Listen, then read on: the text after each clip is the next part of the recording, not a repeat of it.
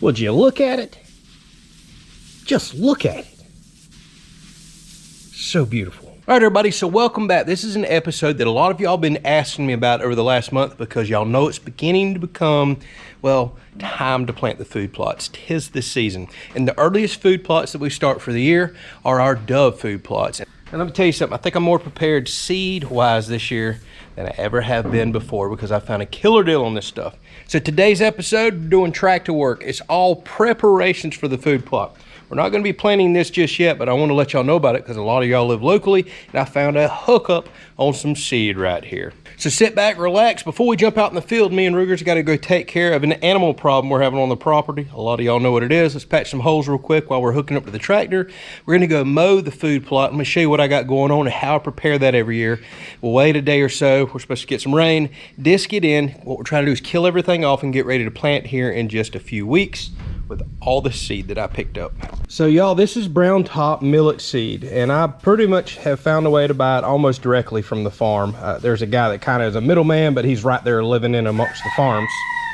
And I think he's just moving this stuff for the farmers, so to speak. So here's what's crazy. Locally, this stuff's selling for $50+ a bag. I just priced it out, and I'm not paying that. That's the most expensive I have ever seen brown top millet get in my life. I used to pay like 20 something a bag for it. So the wild and crazy part, local stores are asking like $54 a bag for brown top.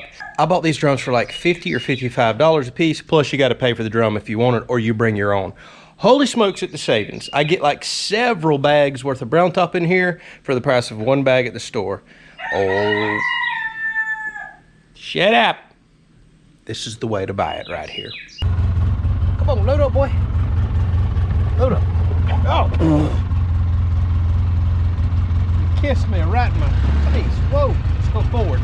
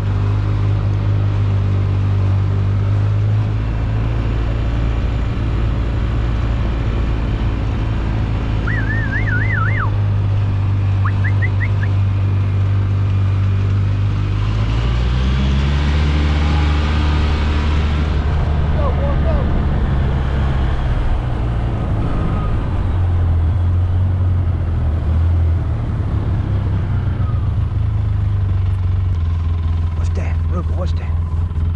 Where's that? Get him.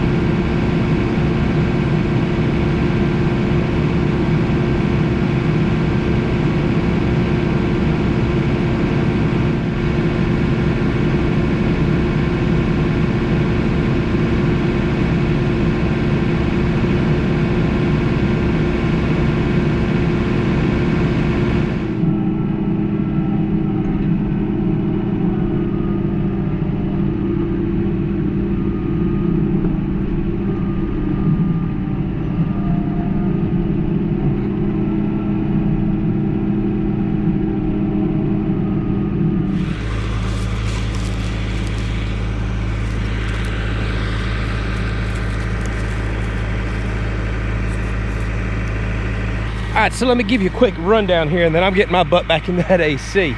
So this is the start of my food plots. I have some smaller ones on the back side of the property, and I also lease some other property right near me that I plan on as well. So we've got more to cover a little bit later in the season. This upper section right here, a couple of acres, acre and a half too, I saved for the deer. But what you just seen in my hand right there, that's oats from last season. I plant oats in the wintertime for the deer, and then I allow those oats to grow up all through the spring and summer. Now they're all on the ground, we're gonna mow it down, and that starts bringing the dove in early. So it's a dual purpose plot. It's mainly for the deer. It has seed this time of year to go ahead and start enticing the dove to come on in. This huge section down here, which is several acres, which is actually pretty small for dove field, but big for just a general size plot. This is what we're gonna continue to work on in this episode. We're gonna mow all this thick, nasty stuff down. It's been growing all spring. Then we're gonna come in here and disc it all in. So why are we gonna disc it in? That's gonna chop in all this matter. It's gonna put some nutrients back in the soil, but more importantly, we've allowed all of this weed and everything else to grow all season long, so it's got seeds everywhere. We wanna go ahead and plant those seeds really quick, disturb the soil, start the germination process for our weeds. And we'll come back out here in 2 to 3 weeks. Normally I'll disc in again, but I think this year I'm gonna hit it with some heavy spray, and then I'll do my final disking. If you don't replant all that weed seed that's out there right now, it's just gonna come up in your plot later. So you wanna disturb the soil at least twice in order to kind of get everything growing up, kill it off.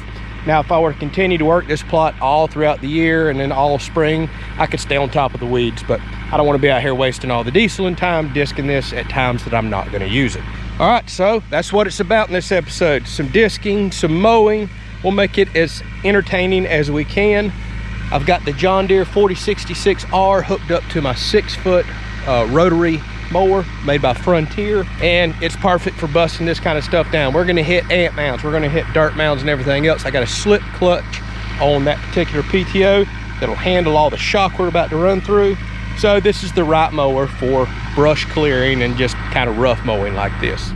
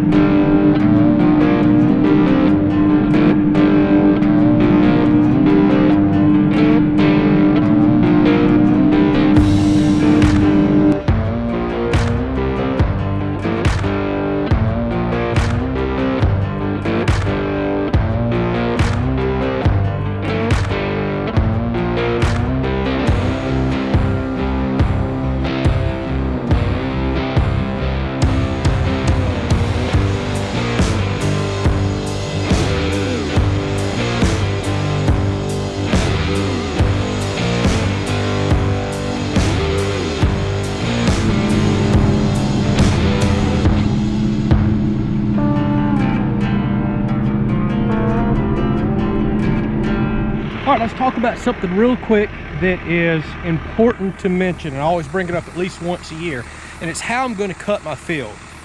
So what you maybe can't tell, but if you look in the grass, I tend to always plant and run this direction on this upper field, and down there I tend to run back and forth that direction, easily seen by the way that I mow. The problem is if I continue to disc in the ground year after year those same directions, well, you wind up kind of making washouts and you're turning the soil predictably, and it's going to have the same pattern in it. You're never going to get it perfectly smooth. So one of the best things to do, my first initial cutting, I like to cross cut. So because I typically cut and run and plant this way, now I'm going to start the tractor at this corner and I'm going to cut diagonally across the field. I'm going to do the same thing over here. What that's doing is all those predictable patterns that I'm making by working the field the same way, now I'm cross-cutting it diagonally, throwing dirt and filling in those humps and, well, those kind of field rows that I'm making right there. So it's leveling the field back out and making it a lot less rough. The other good thing that's very important, so I've just did a lot of mowing and pushed a lot of stuff over my tractor tires because we had high material out here. So the direction that I mowed down here running back and forth, all that material is laid down like this. So if I go to cutting that same direction, well, guess what? My discs are just going to run right in line with the material that's laid over it, and it's not going to chop it up well. Whereas if my material is laid this direction and I cut diagonally across it, my blades are gonna chop up and mulch all that material even better. Putting it into the soil as nutrients, planting it, like we discussed earlier, I wanna go ahead and get all the weed seed and everything planted, so when it comes up in a couple weeks, we can kill it right back off as an immature plant before it has time to produce seed again. But the material being laid over, cut it diagonally, it fills in your ruts, and it cuts your material. That's very important. So the first cut we're gonna do across the field. It's gonna be a rough cut, gonna bounce me around, but it's the best way to do.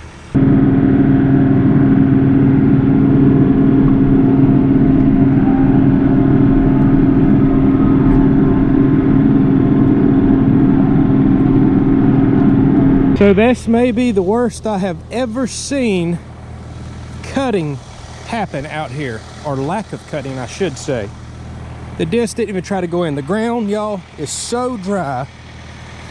Look, so hard packed. These lightweight compact tractor discs, even though that's a heavy duty one, it's not even putting a dent in the stuff. I will be absolutely wasting my time. Even though we just got a foot of rain recently, this sandy Florida soil just drains of moisture so quickly, I'm gonna have to wait until we get a rain. There's just no way around it. That's as worst cutting as I've ever seen. And normally people brag on this set of discs when they watch me cut the video because they cut so well. So there's you another tip. If you're new to a tractor, wait for moisture in the soil to turn over your soil, because it gets hard as a rock when it's dry. Sometimes things don't go as planned. So I adjusted the gains on the tractor, moved those discs in like I was telling you, even more aggressive, and it started busting the ground up, but it's still just too hard packed and too dry. So one of the best things you can do when it is this blazing hot and your grass is starting to burn up and turn, I'm gonna go ahead and hit that field with a little bit of Roundup. I was gonna wait and do this after my second disc in, when the new little weed seeds and all are coming up, and I'll probably do a second spraying then, but I've got some old weed killer I really need to use up. This stuff doesn't last forever. It'll get clumpy and go bad on you. So let's go out there and hit that field with some 41% glyphosate. I don't like this stuff anywhere up here around food or anything else, but out there far away from the homestead, well, it's perfectly fine. And let's admit it, it does an excellent job. And as hot and dry as it is today, I just checked, it's 107 degrees right now on the heat index coming off of my weather station right here. I think we're gonna get 110 plus today. I'm miserable hot right now. It won't take long. As soon as this stuff touches the grass, they'll absorb it quickly. So will the weeds, because they're thirsty. And we could get a rain this afternoon, it won't matter. This stuff will start burning up.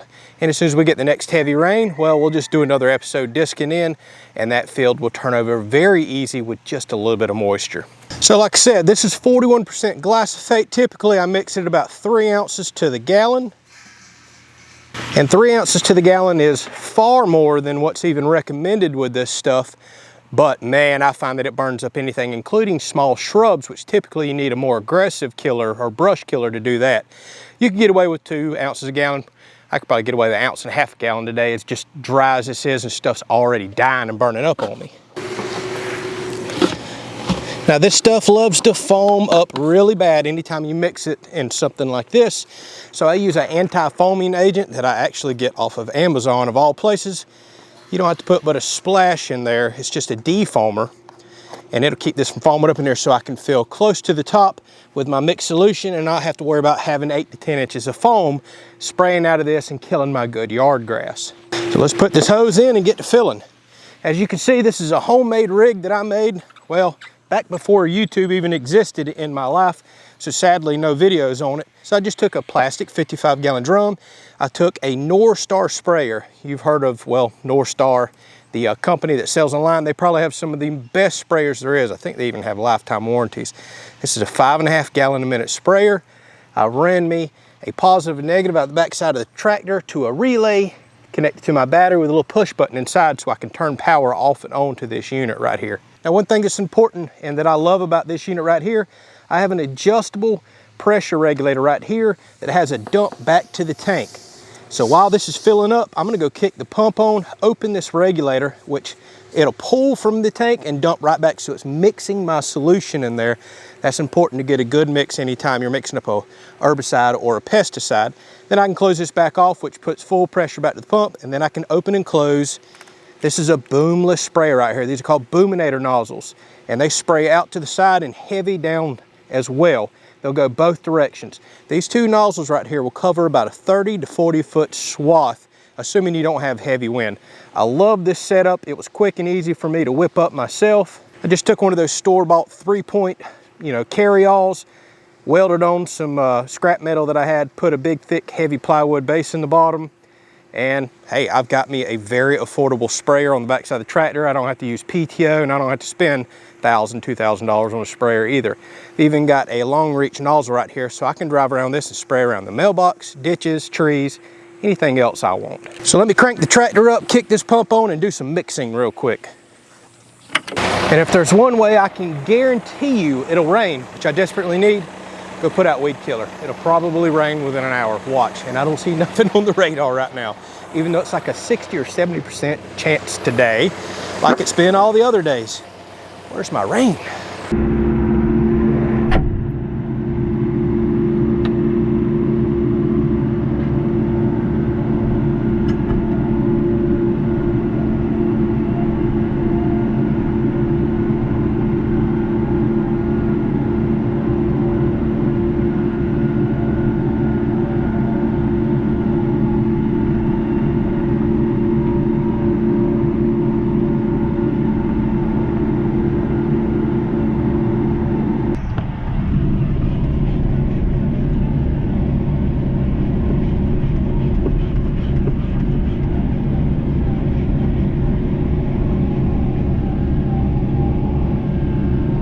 Well, look what happened, y'all.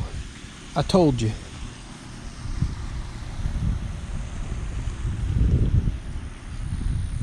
What you think about it? So guaranteed to work every time. I didn't record it and I should have. Nasty thunderstorm just flew up here, dropped some rain, wind, as you can probably hear, popping lightning. Works every time. As soon as you put out weed killer, it's gonna rain. And it was nothing on the radar earlier. Good news is I got enough of that out early enough while it was still hot. No doubt it's soaked in. I have found with weed killer, if you'll get it out 1 hour before rain, especially if it's hot, it'll soak it up. It's still gonna work. The stuff will be dead in just a few days.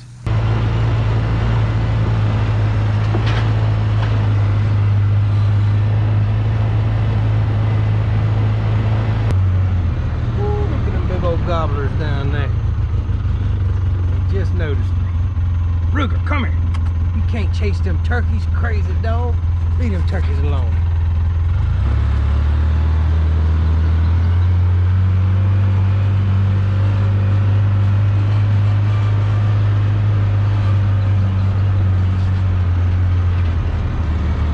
Turkeys always love to come out after a rain like this. So 2 big gobblers sitting right here in the field, right where I tried and attempted to plow up a little dirt today. Sadly, the rain we just got will barely settle the dust. It wasn't enough to even get in the ground and help me out with disking. They're calling for like 80% the next several days. Fingers crossed I get at least a good inch rain out of all that. That's enough. We can get out here and start busting this back. In the meantime, let's put out our first camera for the year, even though I always keep one running up here around the clock. Got our first picture game camera. That's a video one.